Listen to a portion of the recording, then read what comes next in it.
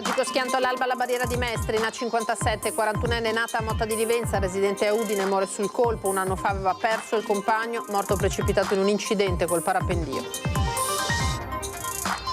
46enne in bici, travolto e ucciso da un furgone a Codroipo. L'autista del mezzo fugge ma viene rintracciato dopo alcune ore nel veneziano.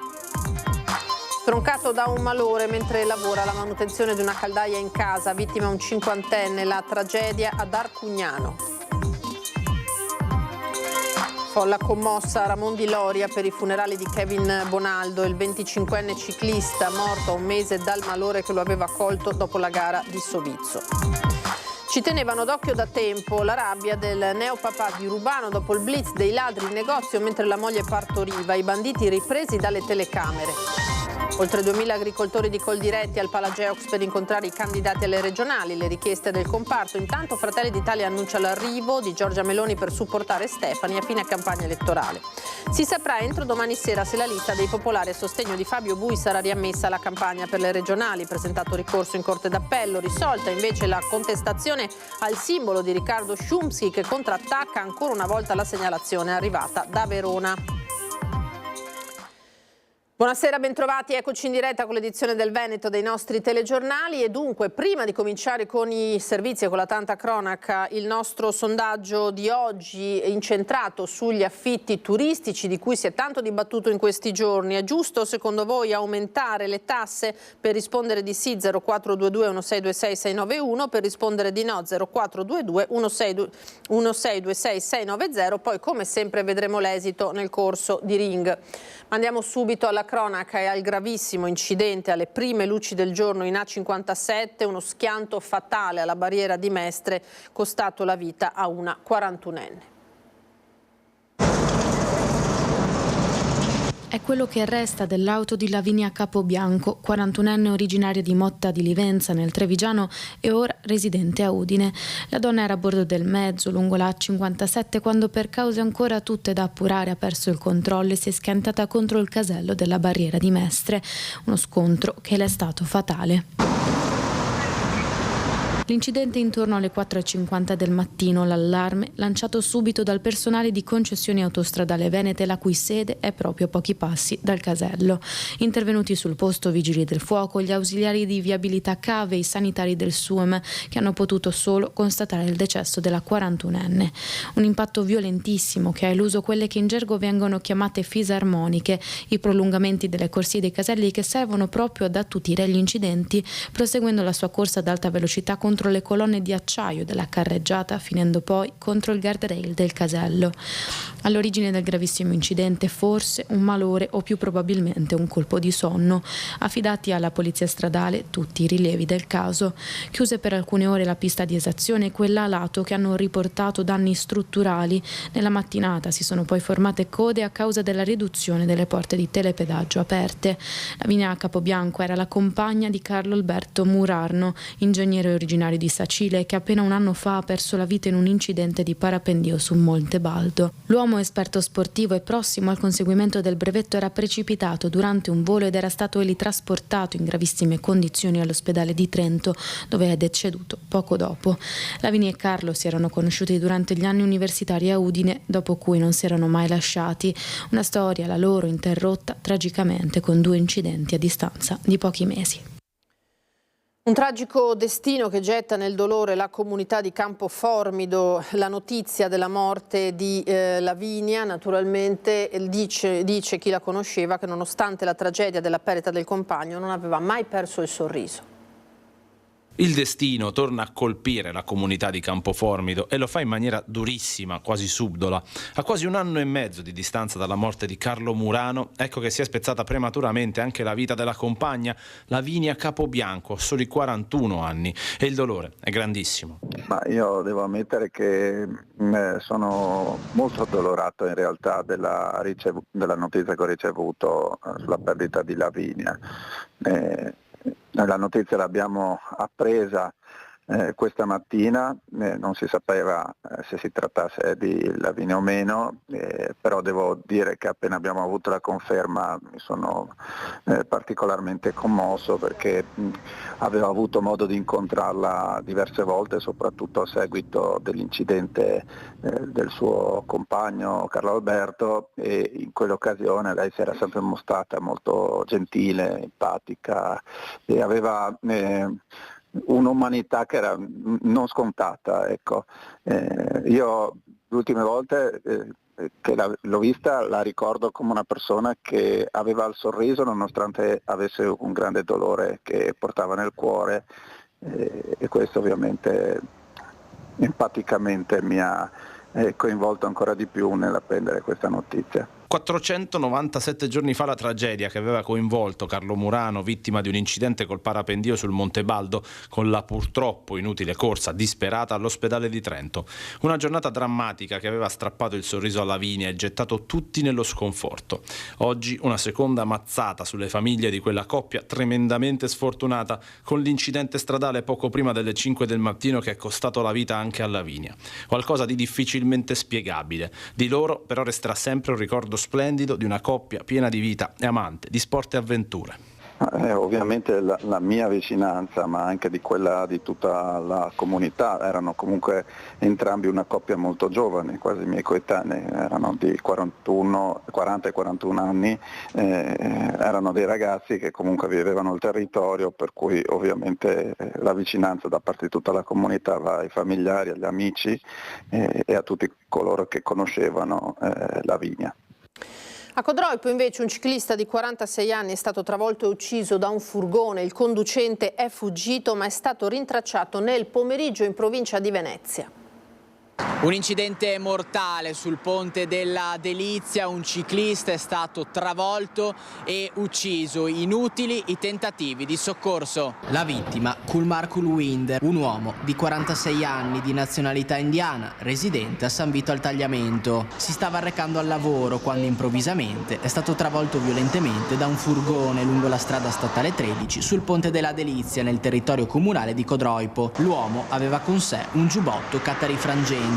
Sul posto sono intervenuti tempestivamente gli operatori sanitari del 118 con ambulanze e delisoccorso, ma per lui non c'è stato nulla da fare. Purtroppo è stato constatato il decesso. Ho sentito l'elicottero del pronto soccorso che si è fermato di fronte a casa mia e ho preso la bicicletta e sono andato a vedere cosa era successo sul ponte, perché era a metà ponte Tagliamento.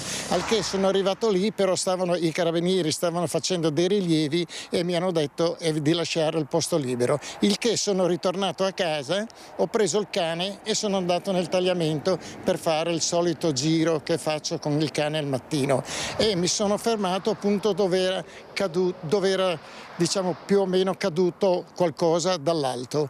Non ho visto altro che una piccola chiazza di sangue che era caduta, però dopodiché sono ritornato a casa.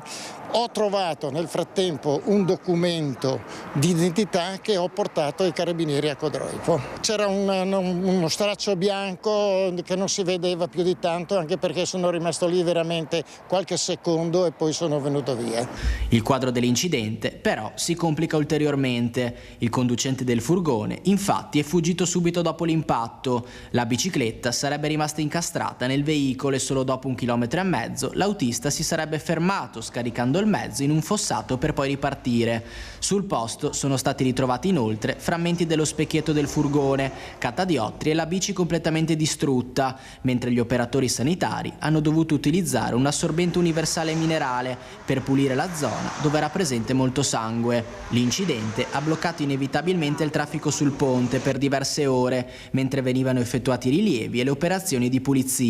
Fortunatamente le telecamere presenti nella zona hanno consentito di risalire rapidamente alla targa del furgone. Nel pomeriggio infatti il conducente è stato rintracciato a San Donà di Piave, in provincia di Venezia, appartenente a una ditta della zona industriale di Padova e ora indagato per omicidio stradale e omissione di soccorso. La comunità intanto resta sotto shock per questa tragedia che ha visto l'ennesima vita spezzarsi sull'asfalto. Ad Arcugnano nel Vicentino un malore fatale è costato la vita a un operaio di 50 anni. Arcugnano, tragedia via Monticello, un operaio di 50 anni è morto mentre si trovava all'interno di un appartamento per eseguire la manutenzione della caldaia, un'operazione che stava procedendo senza problemi quando improvvisamente l'uomo si è sentito male. Un malore apparso subito grave nonostante l'immediato intervento dei soccorsi. Sul posto i sanitari del SUEM 118, oltre a carabinieri, vigili del fuoco e personale dello Spisal, l'ente che si occupa di sicurezza sui luoghi di lavoro che avrà il compito di ricostruire l'accaduto. Sono stati effettuati tutti i tentativi di rianimazione, ma non c'è stato nulla da fare. Il medico ha dovuto dichiarare la morte del 50enne. L'addio questo pomeriggio nella chiesa di Ramon di Loria a Kevin Bonaldo. Oltre 800 persone si sono strette alla famiglia del ciclista 25enne colto da un malore al termine della piccola Sanremo di Sovizzo. È morto un mese dopo all'ospedale San Bortolo di Vicenza. 2 rose, una rossa, l'altra bianca e un peluche appoggiati sulla bara dalla fidanzata Alice. Il dolore degli amici e degli atleti, compagni di squadra di Kevin, lo strazio di genitori e fratelli. Non conta la destinazione ma il tragitto, dice con la voce rotta dalla commozione Don Andrea, parroco di Ramon. Il peggiore dei finali non cancella mai un inizio. La lettera di Alice, i 7 anni passati assieme al suo Kevin. Tra 2 anni avrò una mia casa e tu sarai con me, le aveva detto il 25enne. Oggi il saluto colmo di dolore, ti sei spento piano regalandoci un mese con te, dove in realtà ora capisco che stavi dando tu la forza a noi. Hai lasciato una cicatrice che riempirò dei tuoi colori. Maxi furto in un negozio di carte Pokémon a Rubano. Mentre i ladri entravano in negozio, il titolare era, pensate, in sala parto con la moglie ad aspettare la venuta della figlia.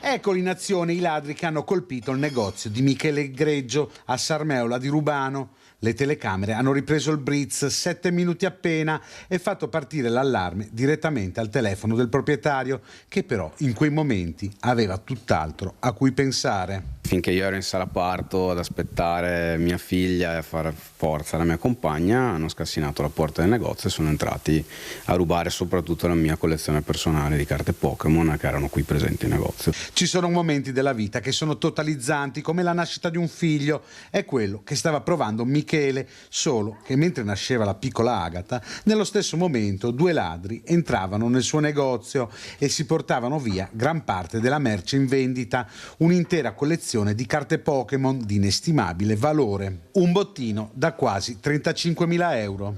Secondo me mi hanno tenuto sott'occhio per parecchi giorni e in 7 minuti hanno portato via 35.000 euro di merci e carte singole. Ci sono determinate carte che costano parecchio, molto, e soprattutto sono anche molto facili da piazzare nel mercato secondario, non nel mercato principale. Il fiocco rosa appeso alla vetrina, accanto il cartello che spiega alla clientela cos'è accaduto e perché il negozio è sguarnito. Adesso ci si attrezza bene, sì. Adesso prenderemo tutte le dovute precauzioni, anche se in questo momento penso a mia figlia e alla mia compagna, soprattutto. Una brutta avventura che non era mai successa a Michele e alla sua famiglia, titolari di un altro negozio sempre in provincia di Padova. In questo momento però difficile togliere il sorriso di bocca dal neopapà. Già non mi sarei mai dimenticato di quella notte, così è ancora più impressa nella mia mente. E comunque sono contentissimo, alla fine della nascita quella è la cosa principale, il negozio si rifà, bisogna sempre andare avanti. La politica e i candidati alla presidenza della regione a confronto a Padova davanti a 2.000 agricoltori della Coldiretti che hanno espresso istanze ben precise. Le bandiere di Coldiretti sventolate al Parageox hanno salutato la fine del primo confronto tra i candidati alla presidenza della regione. Dovevano esserci tutti, mancavano alla fine Fabio Bui ancora in bilico e Riccardo Sciumschi a Verona in tribunale per il simbolo. Ai 2.000 agricoltori riuniti 3 candidati hanno parlato di energia, di fondi, di consorzi di bonifica. Del presidente di Coldiretti Veneto la richiesta di un assessore e di un presidente di commissione agricoltura forti, in discontinuità con il passato. Hanno avuto una visione alle volte forse limitata per quanto riguarda il panorama della nostra agricoltura. È un'agricoltura molto variegata che si espande su 7 province, che va dalla pesca alla zootecnia passando per la coltivazione vegetale, e motivo per il quale è anche oggettivamente impegnativo seguire contestualmente tutti questi settori. Ma c'è bisogno che queste figure vengano sui territori, vengano nelle aziende, si facciano accompagnare dall'organizzazione come Coldiretti per capire con mano qual è la realtà che i nostri agricoltori vivono e attraversano. Alla richiesta i candidati hanno risposto. Ci sono sicuramente delle cose che devono essere migliorate sia nella quantità che nella qualità, e sicuramente sarà uno dei nostri impegni, quello uno di mantenere atto al tema della partecipazione, quindi che vengano coinvolti i corpi intermedi nella coprogrammazione e nella coprogettazione, e poi di stringere un'alleanza, perché l'agricoltura non solo è l'identità e la radice del nostro territorio, ma rappresenta un futuro molto importante per lo sviluppo economico. Un assessore che si occupi esclusivamente di agricoltura, quindi sganciandolo da altre deleghe, un assessore che prenda in considerazione un piano regionale per l'agricoltura, sviluppando le opportunità del piano di sviluppo rurale, sviluppando le potenzialità del nostro territorio, che è un territorio che ha voglia di innovare. L'agricoltura non è un settore legato al passato come qualcuno crede, è un settore che guarda con coraggio al futuro, e noi abbiamo bisogno di veneti che guardino con coraggio al futuro. Così Alberto Stefani nel giorno dell'annuncio che sarà la Presidente del Consiglio Giorgia Meloni a chiudere la sua campagna elettorale a Mestre in piazza Ferretto con i big del centrodestra Matteo Salvini e Antonio Tajani. Di tenore diverso l'intervento di Marco Rizzo, che per la prima volta parlava alle 60.000 aziende agricole venete.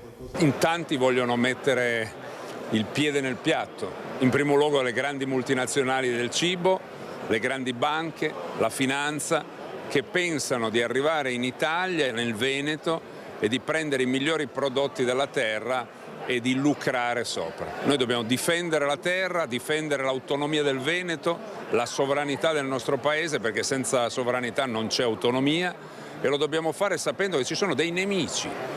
L'Unione Europea è un nemico dell'agricoltura del Veneto. E dunque Fabio Bui e Riccardo Szumski assenti a Padova perché alle prese con le contestazioni ricevute a Simbolo e Lista.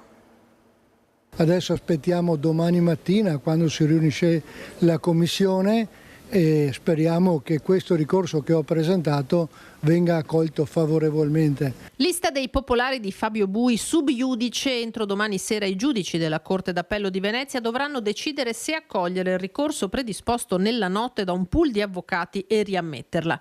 Il problema è il ritardo con cui è stato presentato un documento, la nomina dei sottoscrittori del candidato presidente. È proprio un cavillo giuridico che peraltro penalizzerebbe noi stessi come lista, perché non avremo i delegati e i seggi sul Presidente che controllano i voti del Presidente, mentre sono passati gli stessi che controllano le nostre liste che sono state approvate in tutte le province. È proprio una questione formale, anche di difficile comprensione anche da parte di noi stessi. Una questione formale che rischia di essere sostanziale per l'ex presidente della provincia di Padova e la sua squadra. Attendiamo fiduciosi il parere della Corte d'Appello, altrimenti si andrà al TAR. Si andrà al TAR quindi bloccando tutte le procedure elettorali per una settimana almeno. È un danno molto grave che stanno facendo a un candidato che è il sottoscritto, che doveva impegnarsi in questi giorni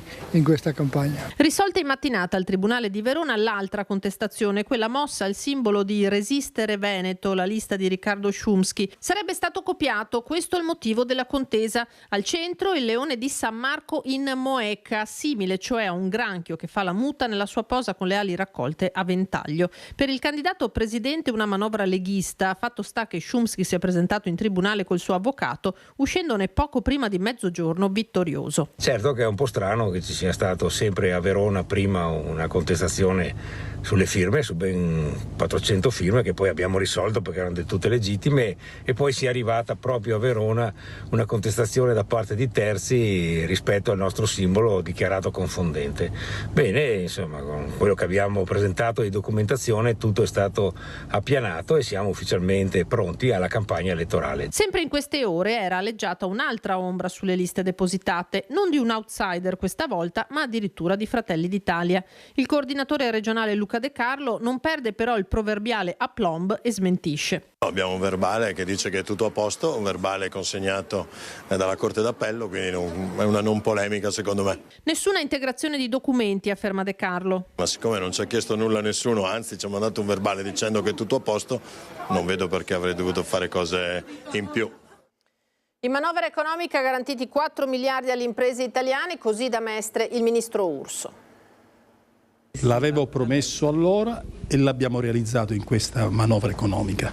4 miliardi di euro con lo strumento necessario dell'iperammortamento, utilizzabile subito dalle imprese, ma che ha effetti sul bilancio dello Stato negli anni successivi quando abbiamo maggiore capienza fiscale. Il ministro Urso a Mestre per un bilancio dei primi 3 anni di governo Meloni a margine della presentazione dei candidati veneziani di Fratelli d'Italia al Consiglio regionale Veneto ha anticipato così la nuova transizione 5.0, rispondendo ancora una volta alle critiche degli industriali, aggiungendo inoltre: integra sia quanto faceva Industria 4.0, cioè investimenti in innovazione digitale, sia gli investimenti in innovazione energetica ed ambientale, così che le imprese possano con un'unica misura affrontare la duplice transizione, quella digitale e quella ambientale, che necessita di efficientamento energetico per ridurre i consumi e il costo dell'energia.